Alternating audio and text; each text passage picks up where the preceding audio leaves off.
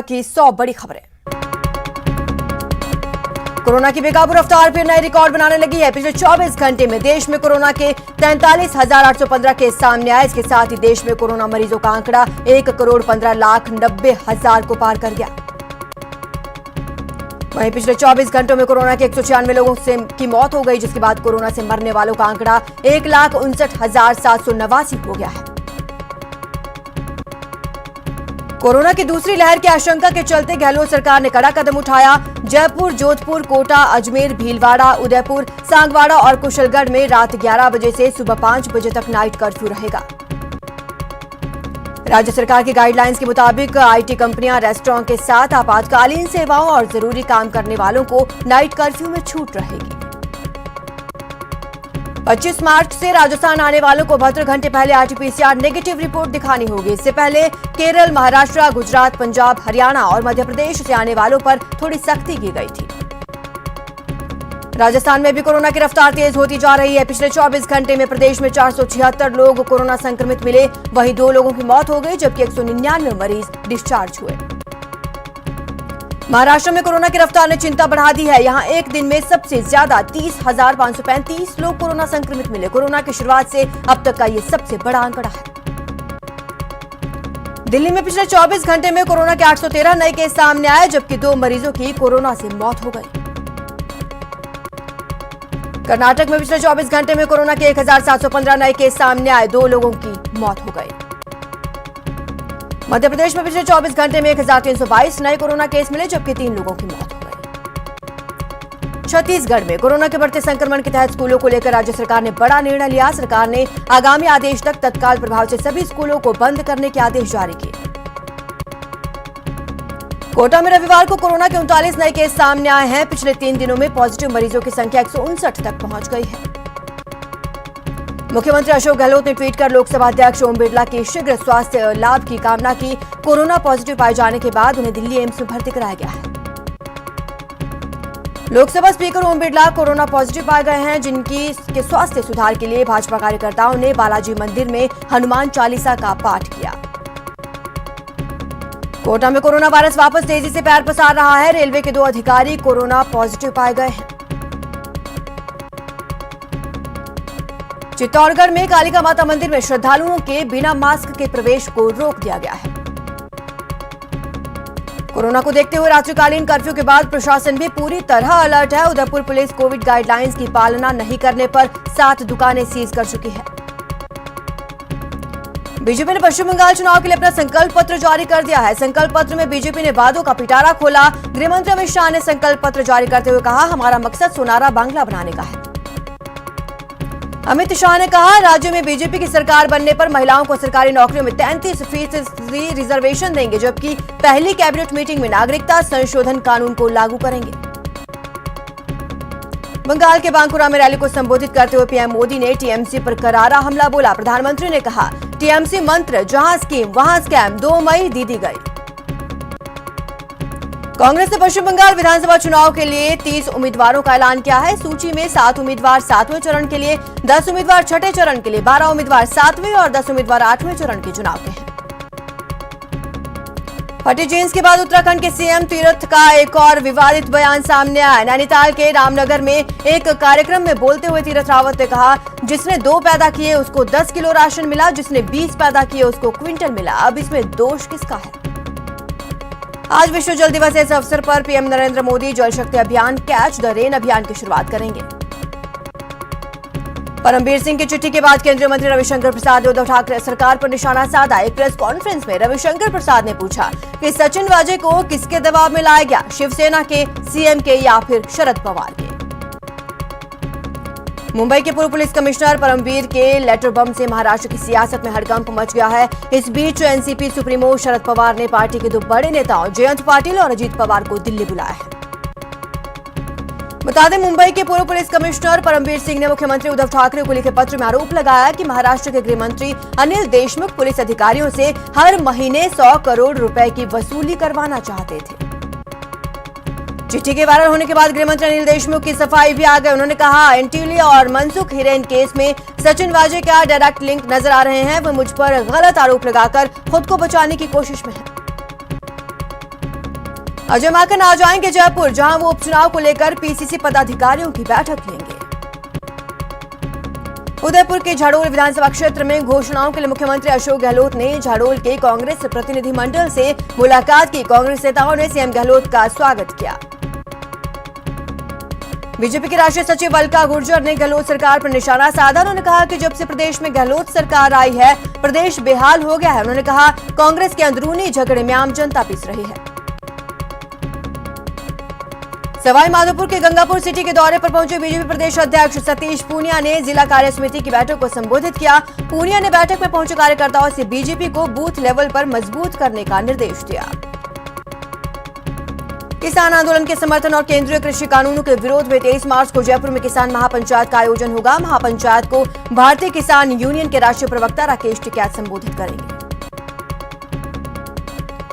Saudi अरब में राजस्थान के 2 युवक फंस गए हैं। दोनों युवकों को वहां बंधक बनाकर प्रताड़ित किया जा रहा है। युवकों ने वीडियो बनाकर मदद की गुहार लगाई। पाली में डाकघर में पैसे गबन कर देने का सनसनीखेज मामला सामने आया। खाते खुलने के बाद लोग हर महीने पैसे भी जमा किए, लेकिन जब कई सालों बाद लोग पैसे निकालने गए तो खाते में उतनी ही रकम मिली। चूरू पुलिस ने अग्रसेन नगर में स्कूटी लूट का खुलासा कर दिया है। पुलिस ने 2 आरोपियों को गिरफ्तार किया। बूंदी पुलिस ने पेशी के दौरान फायरिंग करने वाले कुक्की गैंग के 3 बदमाशों को गिरफ्तार किया है। तीनों बदमाश पंजाब हरियाणा से पकड़े गए। चूरू पुलिस ने गश्त के दौरान झगड़ा करने पर एक युवक को गिरफ्तार किया। गिरफ्तार आरोपी को कोर्ट में पेश किया गया। कोटा में बदमाशों ने एक ऑटो चालक पर चाकू से हमला कर दिया। हमले में ऑटो चालक गंभीर रूप से घायल हो गया, जिसे एमबीएस अस्पताल में भर्ती कराया गया है। उदयपुर पुलिस ने अवैध हथियार के साथ एक युवक को गिरफ्तार किया। युवक के पास एक पिस्टल भी बरामद हुई। उदयपुर पुलिस ने अवैध हथियारों के साथ एक युवक को गिरफ्तार किया। युवक के पास से 2 जिंदा कारतूस बरामद हुए। सिरोही पुलिस ने शराब की तस्करी के खिलाफ कार्रवाई करते हुए 3 गाड़ियों से अवैध शराब जब्त की। भीलवाड़ा के राला थाना पुलिस ने ट्रक से 250 किलोग्राम डोडा पकड़ा। साथ ही पुलिस ने 5 तस्करों को गिरफ्तार किया है। कोटा में फांसी लगाकर एक छात्र ने खुदकुशी कर ली। पुलिस मामले की जांच में है। बीकानेर पुलिस ने अवैध अफीम की खेती का खुलासा कर 4100 पौधे बरामद किए। आरोपी मौके से फरार। टोंक में मैनसुख की बगिया में ठाकुर जी मंदिर में चोरी हुई। चोरों ने मंदिर से चांदी के छत्र, मुकुट, दान पात्र की नकदी पर हाथ साफ कर दिया।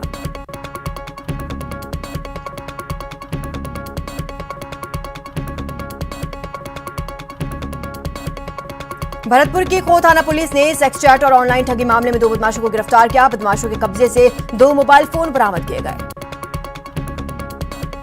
भरतपुर की उद्योग नगरी थाना पुलिस ने अवैध शराब बिक्री के खिलाफ कार्रवाई करते हुए 3 आरोपियों को गिरफ्तार किया। पुलिस ने आरोपियों से अवैध शराब, एक बाइक और कार बरामद की। भरतपुर पुलिस ने बड़ी कार्रवाई करते हुए 5 गोवंश को मुक्त कराकर एक तस्कर को गिरफ्तार किया। वहीं दूसरा आरोपी मौका पाकर फरार हो गया। कोटा में 15 साल के नाबालिग से गैंगरेप मामले में पुलिस ने 3 और आरोपियों को गिरफ्तार किया है, जिनमें 2 महिला आरोपी शामिल हैं। पुलिस अब तक 27 आरोपियों को गिरफ्तार कर चुकी है।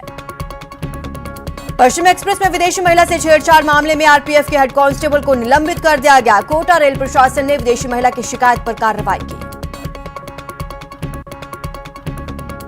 श्रीगंगानगर में शेरपुरा चौकी के पास बीएसएफ ने एक पाकिस्तानी घुसपैठियों को मार गिराया। पाक घुसपैठिया 0 लाइन क्रॉस कर रहा था। जोधपुर से नेवी का जवान महेंद्र सिंह लापता हो गया। इंडियन नेवी मुंबई में पोस्टेड महेंद्र 12 मार्च को सिवांची गेट से अचानक गायब हो गया। कोटा के जवाहर नगर थाना इलाके में घर के बाहर टहल रही एक महिला डॉक्टर को बाइक सवार बदमाशों ने धक्का देकर नीचे गिरा दिया और उसे मोबाइल छीनकर फरार हो गए। मोबाइल लूट की वारदात सीसीटीवी में कैद। बीकानेर में दर्दनाक हादसा हुआ है। यहाँ हिमटसर गांव में खेल खेल में 5 बच्चों की जान चली गई। मृतकों में 4 बच्चियां और एक लड़का शामिल। राजसमंद में ट्रक ने बाइक को टक्कर मार दी। हादसे में युवकों की दर्दनाक मौत हो गई। राजसमंद के 4 भुजा क्षेत्र में डीजल से भरा टैंकर पलट गया। टैंकर चालक ने कूदकर अपनी जान बचाई। बीकानेर के दंतौर में टैक्सी और बाइक में टक्कर हो गई। हादसे में एक युवक घायल हो गया है। जैसलमेर के कच्ची बस्ती में झोपड़ी में आग लगने से हड़कंप मच गया। फायर ब्रिगेड की टीम ने आग पर काबू पाया। चूरू के सुजानगढ़ में तिरपाल फैक्ट्री में आग लगने से हड़कंप मच गया था। आग से लाखों का तिरपाल जलकर राख हो गया। राजसमंद के आमेट में बाड़े में आग लगने से हड़कंप मच गया। दमकल की मदद से आग पर काबू पाया गया। कोटा में ट्रेन में तबीयत बिगड़ने से एक महिला की मौत हो गई। महिला मथुरा से अहमदाबाद जा रही थी। बीकानेर में आवारा पशुओं का आतंक देखने को मिल रहा है, जिससे लोगों को परेशानी का सामना करना पड़ रहा है। बीकानेर के सियासर चौगान के पास सोलर प्लेट से भरी टैक्सी बाइक से भिड़ंत के बाद पलट गई। हादसे में बाइक पर सवार युवक घायल हो गया। कोटा में कृषि कानून की वापसी की मांग को 98 दिनों से किसान संघर्ष समिति का धरना जारी है। धरने के 100 दिन पूरे होने पर बलिदान दिवस कार्यक्रम मनाया जाएगा। जयपुर ग्रेटर नगर निगम के सफाई कर्मियों ने निगम प्रशासन को आंदोलन पर जाने की चेतावनी दी। उनकी मांग है कि वर्ष 2018 में भर्ती हुए सफाई कर्मचारियों को स्थायी किया जाए। कोटा में भील आरक्षण संघर्ष समिति के प्रदेश अध्यक्ष दूलीचंद भील ने राजस्थान सरकार से आरक्षण की मांग को लेकर आंदोलन तेज करने की चेतावनी दी है। कोटा में आरक्षण की मांग को लेकर भील समाज के छात्रों ने वाहन रैली निकालकर प्रदर्शन किया। रीट परीक्षा की तारीख बदलवाने की मांग को लेकर जैन समाज संघर्ष मोर्चा ने जयपुर के शहीद स्मारक पर धरना दिया। जैन समाज की मांग है कि त्योहार के चलते रीट परीक्षा एक हफ्ते आगे बढ़ा दी जाए। दौसा के लालसोट में पानी की किल्लत झेल रही महिलाओं का गुस्सा फूट पड़ा। उन्होंने NH 11A पर जाम लगा दिया। राजस्थान में चल रहा पटवारियों का आंदोलन अब राष्ट्रव्यापी स्तर पर फैलने की तैयारी कर रहा है। अखिल भारतीय पटवार संघ और कानूनगो संघ के देश भर के पदाधिकारी शहीद स्मारक जयपुर पर उपस्थित रहे। फिलहाल रुकते एक छोटे से ब्रेक के लिए, जल्द हाजिर होंगे।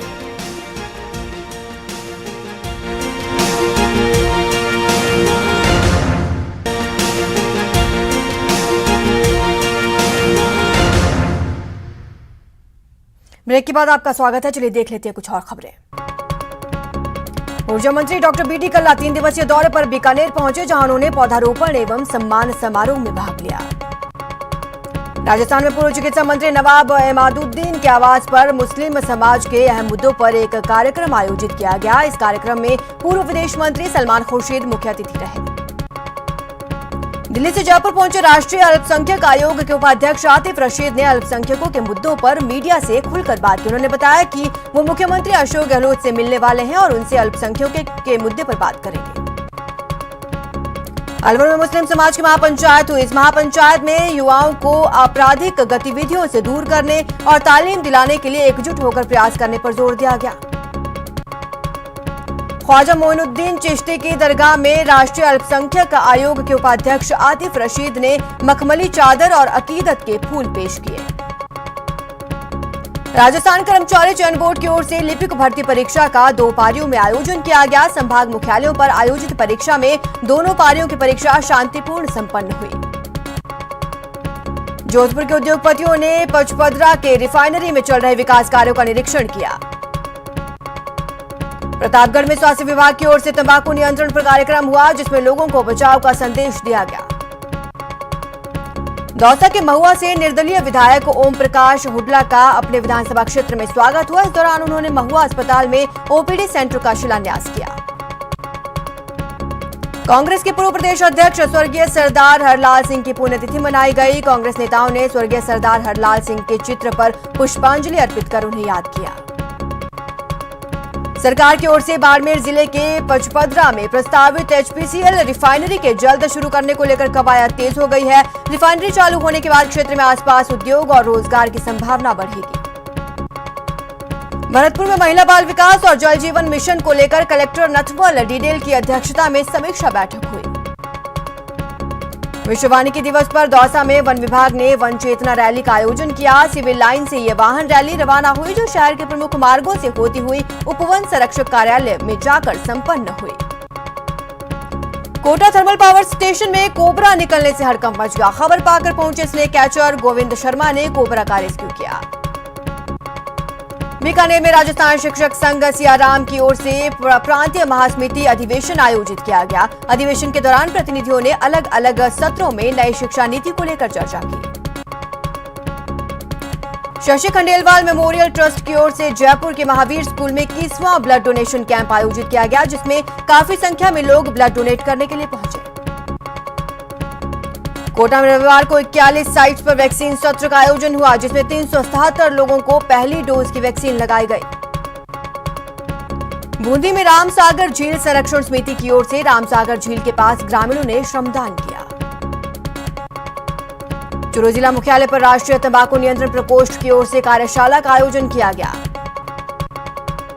जयपुर के नाहरगढ़ बायोलॉजिकल पार्क आने वाले पर्यटक एक बार फिर सफेद बाघ देख सकेंगे। सीजेडीए के एक्सचेंज प्रोग्राम के तहत ओडिशा के नंदनकानन जू से बाघ का जोड़ा और 2 दुर्लभ किस्म के पक्षियों को लाया गया।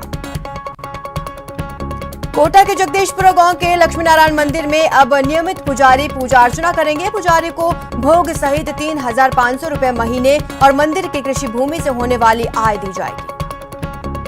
जयपुर के एसएमएस स्टेडियम में 2 दिनों के लिए आयोजित स्टेट ट्रैक साइकिलिंग चैंपियनशिप का समापन हुआ।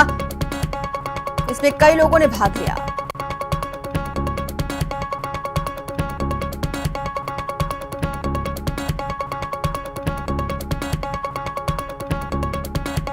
भरतपुर के लोहागढ़ स्टेडियम में आज से 2 दिवसीय लोहागढ़ केसरी दंगल का आगाज हुआ। चिकित्सा राज्य मंत्री डॉक्टर सुभाष गर्ग ने दंगल का शुभारंभ किया।